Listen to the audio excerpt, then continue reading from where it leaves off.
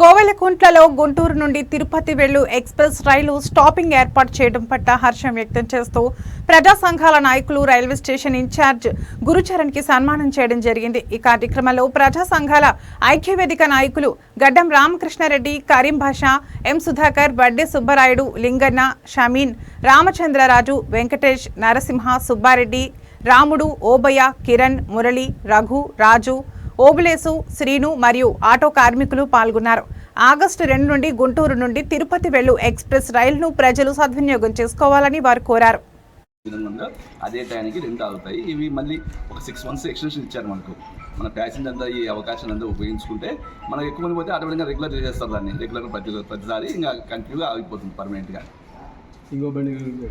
ఇంకోటి 07180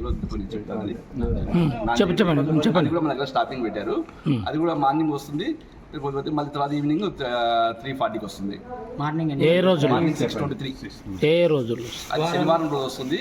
మళ్ళీ ఆదివారం రోజు 3:45కి వస్తుంది. తిరిగి ఆగస్టు 2వ తారీఖు నుంచి